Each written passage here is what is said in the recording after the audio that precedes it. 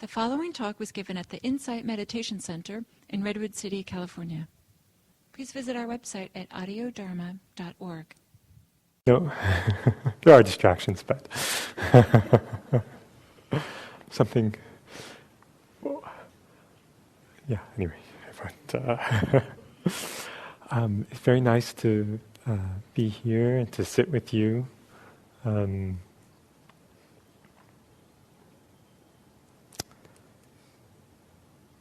In the announcements, this retreat was mentioned with Andrea, and I just wanted to say something briefly about it. Sayadaw U Tejaniya is a teacher from Burma who has become probably one of the most popular and respected Asian teachers, who's kind of part of our tradition, who many of the senior teachers here in America go to study with him, and he's a very wonderful man. I met him once in Burma, and one of the ways that his teaching is characterized is that he's very interested in helping people to develop continuous awareness, continuous mindfulness. Too low? You can't hear? Continuous awareness, continuous mindfulness in their life. Is that better? No? Maybe the unit isn't working. I wonder if someone could... Oh, can you hear? It's not coming through.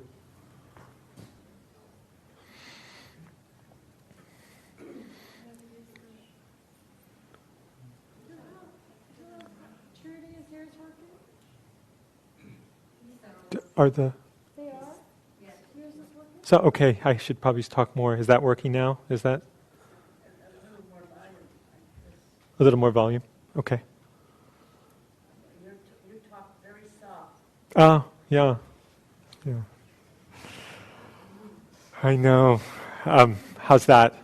Better? Yeah. A little better? Okay.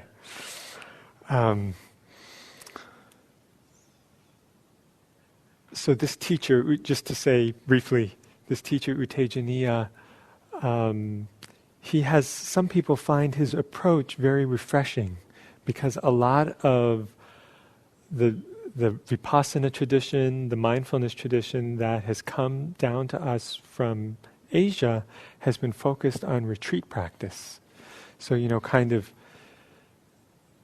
going into seclusion with other people and doing intensive meditation, and which is a wonderful way of practicing. It's beautiful, and I hope everyone has a chance to experience retreat practice. And most of us here probably live in the world and have jobs, have families.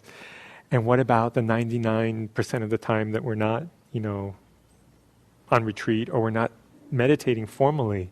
So that's the focus of that sort of, I think it's called daily life practice or everyday practice.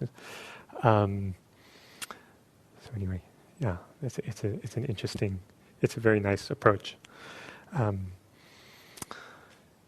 And as you heard, we have a community fair tonight, which is a chance to just find out a little bit about all the different groups and activities that happen here at IMC, apart from the formal practice of sitting and hearing a talk and that sort of thing. So in the spirit of that, I thought I would do my bit and talk about practicing in community, practicing with other people. One of the, maybe you could call it the beautiful paradoxes of this practice, is that it's somewhat of a solitary practice that's focused, in a way it's focused inward. We sit quietly, we close our eyes, we don't speak. And yet we do it with other people. And there's a certain power. I think everyone here somehow knows that, or else, you wouldn't be here. There's a certain power to sitting with other people in silence and practicing with other people. And I was just thinking about this a little bit during the sit, that I don't know if you've had a chance to notice this really, or really feel this, but there can be a very sweet bond that comes from practicing in silence with other people. That's different than if we all just kind of had a conversation, or we broke up and had a conversation, and which is nice too, which is very nice, can be very nice. But to be in silence with others is special. There's something a little bit unusual about it. And there's an intimacy, there can be a bond that's created. In times of my practice when I've been on retreat, either a day-long retreat or a week-long retreat or sometimes longer retreats, you really get to know other people in a way that you wouldn't know if you used words. You know the way the person, the way they breathe, sitting next to you, the way they move, the way they shift, how they sigh if they're getting a little bored or something. Or when I lived in the Zen monastery, the floor of the monastery was a kind of wooden floor that, I don't know, I guess it was the way it was built, but it was very easy to make a lot of noise on it. It had certain creaks and but so the practice, they were very strict about walking silently and quickly. So how do you walk quickly and silently on a floor that's really creaky? And it was just this riddle. And I remember I was serving, I was one of the servers for lunch, and everyone has a different job. I was one of the servers. And in Zen, there's an elaborate way of serving 60 or 70 people in minutes. And the whole lunch is served, is eaten. There's even seconds. And then you eat your seconds. And then the bowls are cleaned and washed and put away, and it all happens, I think, in 6 minutes. You think, how can that happen in 6 minutes? Well, one of the ways it happens is that the servers move pretty quickly around, and then it's sort of this choreographed way of you bow and you serve and you serve the person. And so I was a new student, and then all the meditators, all the monks are sitting around the perimeters of the room. And then as servers, we're walking, maybe 6 or 7 of us, and we're kind of walking in the middle and serve 2 people at a time, and then bow, and then go to the next people and bow. And then as a new person, you kind of think that everyone has to be just watching me, right? They're watching the serve. What else are they going to do? They're just sitting there. And so there's that self-consciousness. And then, because the meals are so quickly, you have to walk quickly. And silently. And it's like, okay, and you're carrying like big pot of soup. And so then one time the abbot, you always serve the abbot first, and you're going to bow. And then one time, after I served the abbot, he called me over like this. He's like, and I thought, oh, maybe he's going to be, has singled me out for a special teaching or some, as my mind was delusions of grandeur. And I went over and he went a little closer, and then he said, please walk more quietly. I was like, ooh, hope nobody heard that. But over time, it was very interesting that there was this way that the feet sort of wake up. And the only way I can describe it is this kind of awareness comes to the feet and all the different muscles in the feet, and you sort of learn how to move and how to kind of harmonize with the floor, with the timing, and over time it just comes together. It's interesting. And that was a long way of saying that I felt I could tell who was walking by the sound that they would make, and whether it was like the clop, clop, clop, clop, clop, or or just the different things. So we sort of get to know each other in community practice. One of the aspects of the teaching, of the Dharma teaching, meditation practice, that was surprising to me is that community is given a very important place in the practice, to the extent that when someone in Asian cultures sort of formally, I guess you could call it, maybe it's a conversion ceremony, or it's called a refuge ceremony. So it's take refuge. It's a way of sort of marking one's. It's sort of a way of a public way, in a way of saying that one is practicing the Buddha way, And so there are three called treasures, or three gems that we take refuge in: Buddha, Dharma, and Sangha. And they're equal, and they're given equal. So Buddha is, one way of understanding Buddha is as the historical Buddha. Another way is this is the awakened, the awakened, the capacity to awaken that each of us has, or our own awakened heart, is Buddha. The word in Pali means awake, wakefulness.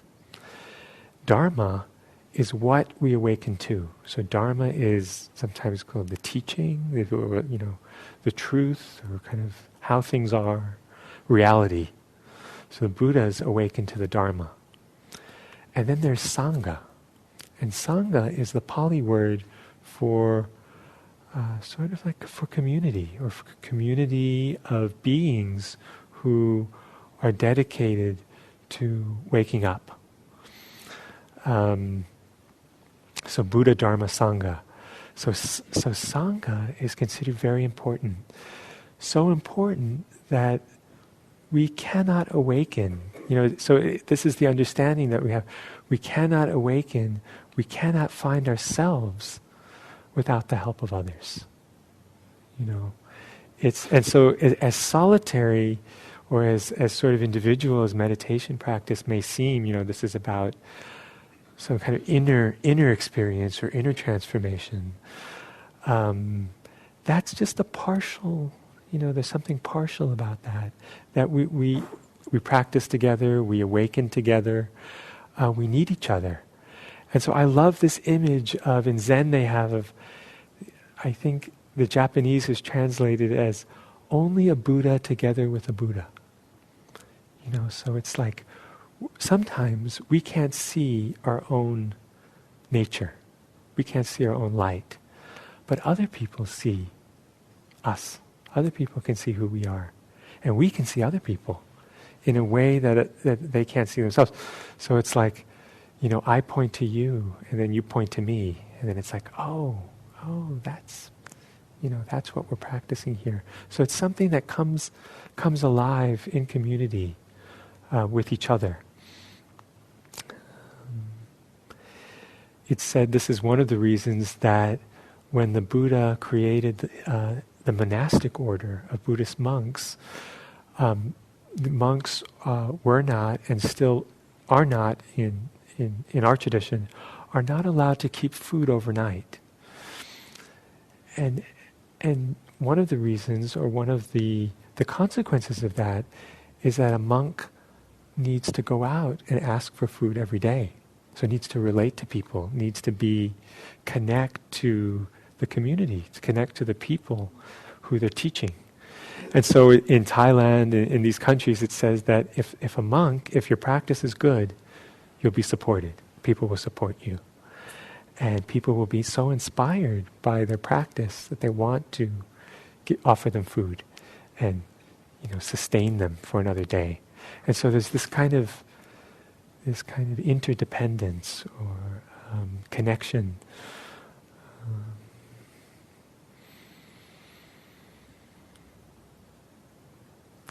You might have heard this quote about, I think it was Ananda who went to the Buddha, who maybe was so inspired, I'm paraphrasing, who was so inspired by the community and practicing with friends, with others, and said to the Buddha, I think that having spiritual friends is a really big part of this path.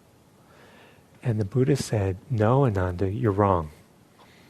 Having spiritual friends is the entirety of this path. It's the entirety of this path. Having people who can see us, who can sort of hold our vow, hold our intention to be awake. That's what it means to be in community.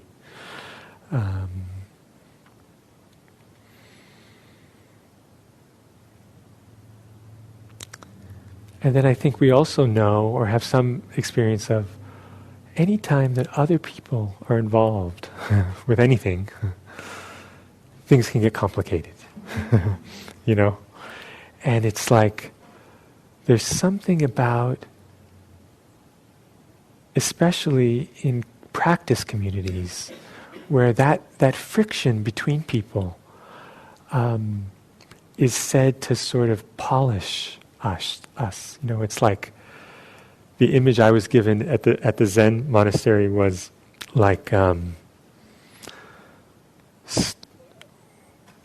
what is it, like stones polishing each other in the river, or sometimes people say like you're in a cement mixer. Sometimes it can feel like that. And so hopefully you're not just knocking into each other. We're not just sort of banging our heads together. We're polishing each other. And there's something beautiful about that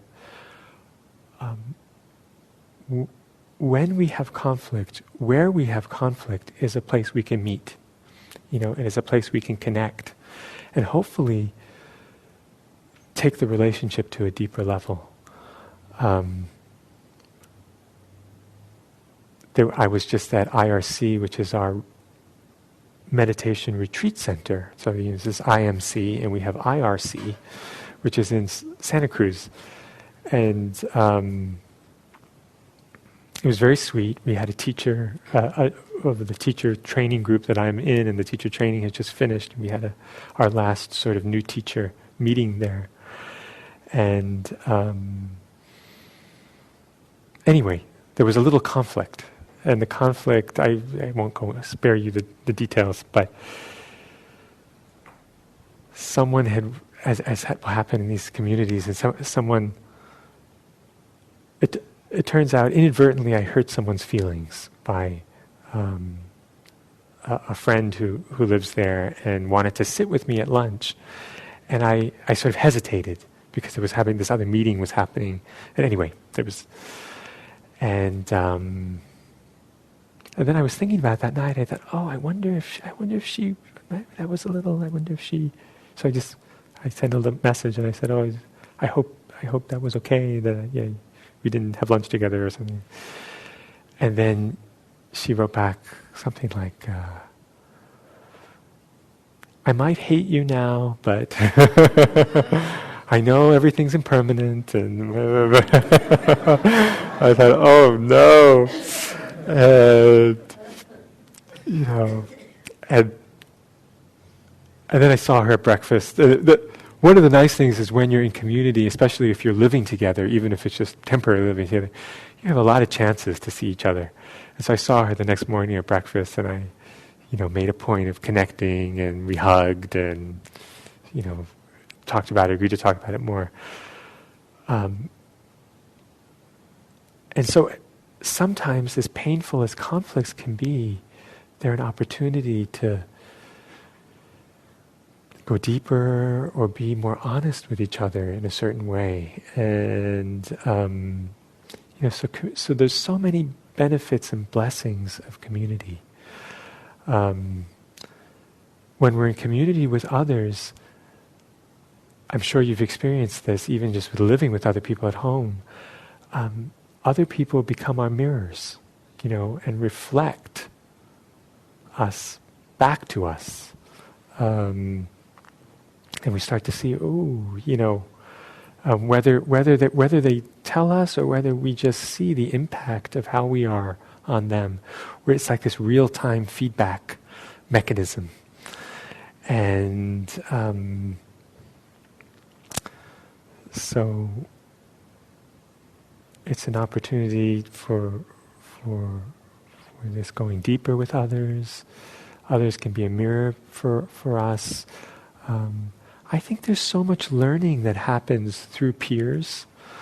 It's said that children learn more through their peers than they do through their teachers. Or I know I have two daughters, and they're just kind of starting out in school, but they'll come back and it's like, where did you, with limericks or with different things that they've picked up, and it's like, I'm pretty sure the teacher didn't. that wasn't part of the preschool curriculum or something.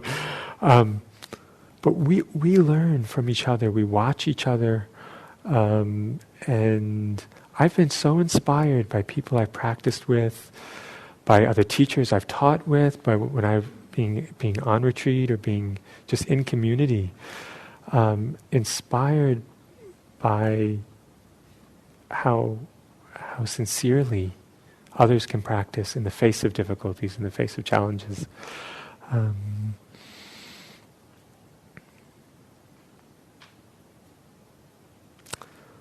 One of the important but sometimes unacknowledged values of sitting with others is that it turns out that it's much easier to sit with other people than it is to sit by ourselves. I mean, for many people, not for everyone, but for many of us. I would include myself. I think part of it, this is not so glamorous, but part of it is the sort of peer pressure. It's like, it's more so in Zen, where you're not supposed to move at all, and then if nobody else is moving, you just can't. You just kind of feel like and what's amazing is you come up to that level of the stillness of the people around you. I think this is a human. What do they? Isn't that so with Olympic athletes? Like if one record has been broken, if there's just an awareness and consciousness that something is possible, then it makes other things seem more possible. So I don't know if it was the 5-minute mile or whatever, someone will know about those.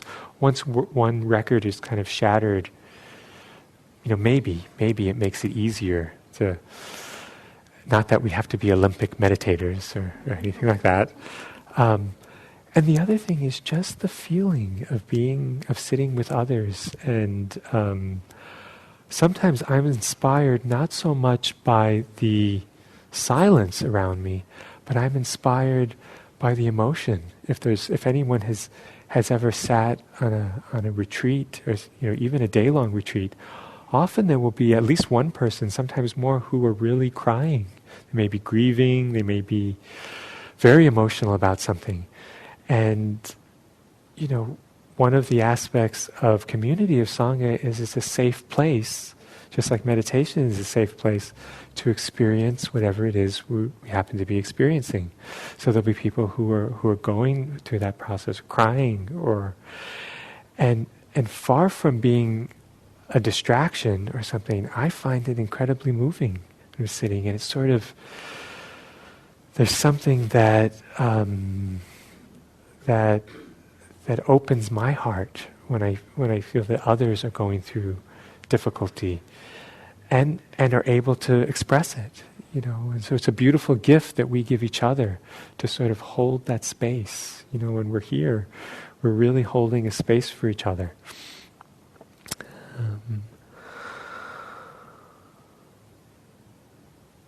One of the other teachings for me about Sangha and about what it may mean to take refuge in Sangha, to go for refuge in community, was when one of our beloved Sangha members passed away. Some of you might know or would remember if you were practicing here a few years ago, Victor Medina, who was just such a fixture of this community and selflessly just was he lived close to here and he just came here all the time, and the way that he took refuge in this community through his illness, his cancer, and how people just the beautiful way that people offered themselves for him and came to his house and sat with him, and it was really, and I could just see how much joy and how much strength that he got from being able to not only practice with this community and live with this community, but also die in this community. And it's not a community that is afraid of death or wants to sort of, sort of pretend something about it or keep it. There was very this honesty and this willingness to be witness with him as he went through this process, and as we all will, and just as this great teaching that he offered us. So for me, that was, I just thought, wow, what a blessing to be with people who can hold that and who can, and not that it was easy, or not for me, it was very painful, but.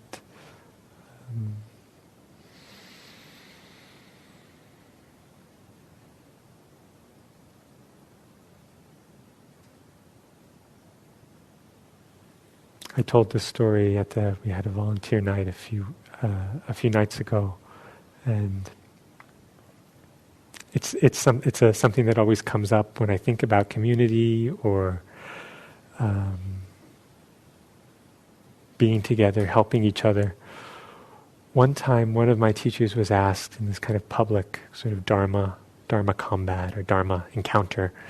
He was asked by the student, "How can I help others?"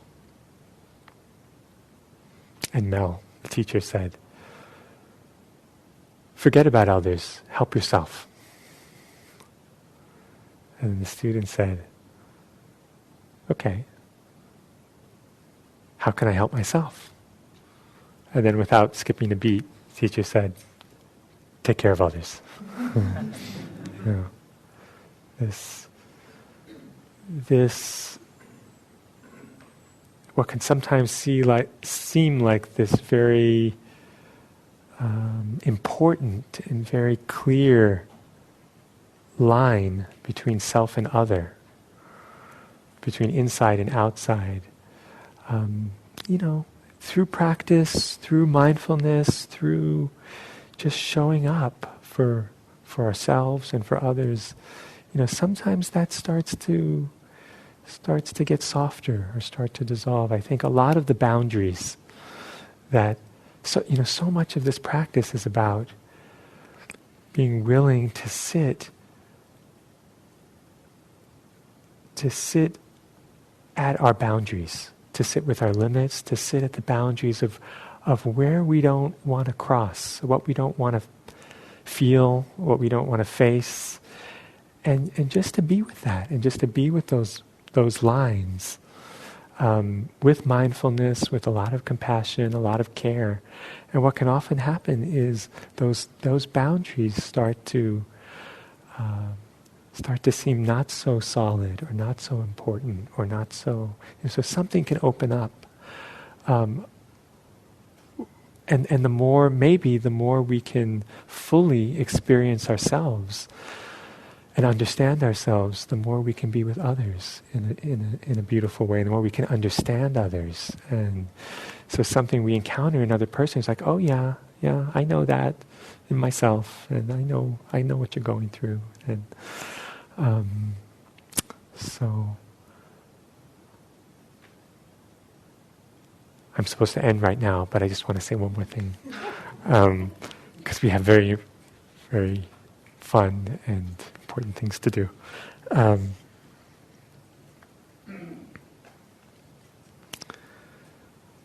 Sometimes one of the ways that I think about how this practice can unfold is going from being, and I'm speaking about myself, my experience, being very preoccupied with myself and me, my experience, my problems, my this, that, to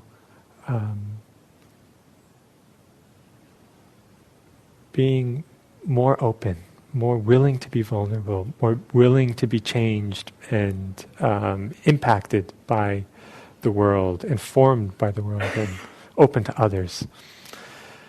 And then there can be a way, and I think we all have had these moments where both self and other can fall away. And there's this,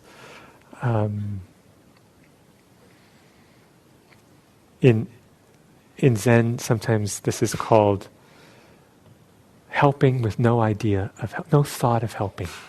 So it's like that. The classical Zen story is how a parent adjusts their child's blanket in the night. So if you're kind of sleeping near your kids and you wake up for some reason and your child's, you feel they're cold and you just kind of pull the blanket over them. There's not a lot of thought that goes into it. It's not looking around, did anybody see me do this great thing? It's just, it's a natural response. So this is the kind of, this appropriate, this immediate response before thinking. Some of you may have seen this. There was an article in the newspaper, in the New York Times a few months ago, about a incident that happened on the George Washington Bridge. If you're familiar with New York City, you know the George Washington Bridge. It's similar to the Golden Gate Bridge, this huge bridge, a lot of traffic every day. And sadly, every year, a lot of suicides on the bridge. And so it profiled this man who rides his bike across the bridge every day. And it turns out that he's from the Dominican Republic. He's a doorman in Manhattan, and he lives in New Jersey. This bridge goes between New Jersey and Manhattan. And so he rides his bicycle every day to work, and he's a father, and he's, he's a regular guy. And he saw something strange. He saw a little dog that was kind of tied up. And then he looked over, and then he saw a young guy who was like in his early 20s, 19 or 20, sort of pacing back and forth. And he was over the rail, there's a sidewalk and then there's a rail, and then he was over on the side where you shouldn't be. And so this person, the bicyclist, stopped his bicycle, and then he said, well, I gotta go see what's going on. And so he went over, and he also went over the rail, and there was, onto this ledge area. And then he could see that the person looked very troubled. And he sort of held his hands out like this to show him that he had, nothing in. He just wanted to talk to him. And they asked him the other day, what did you say? And he said, he couldn't remember, but it was something like, don't do it. We love you, my heart. And as he said, my heart, he reached out and grabbed the guy. And in a sort of bear hug, and one hand was holding the rail, one hand was holding the kid, the young man. And and he said it was like in a second, because he didn't want to, he just wanted to do it really quickly. And just in a second, he just grabbed him. And what was so moving to me, that was moving, but what was moving was he said afterwards, he said, as he was holding the boy, the young man, there was a moment where he could see that his delusion started to dissipate. And then once he could see, he said he came to reality. And once the young man felt reality, he started crying and crying and crying and crying and crying. And just this torrent of emotion, this torrent of, you can imagine all the emotions. That for me was, that he finally felt safe, that he could feel this. Now he was safe, now he was being held, and he could feel what was there and let himself experience that. And so for me, in a way, this is what community, this person, in that moment, had the wakefulness to see this other person as part of his community, as not separate from him. And he's like, no, and held him, and so I think in some form or another, that's what community is. That's what we're offering for each other, and that's what community can be. And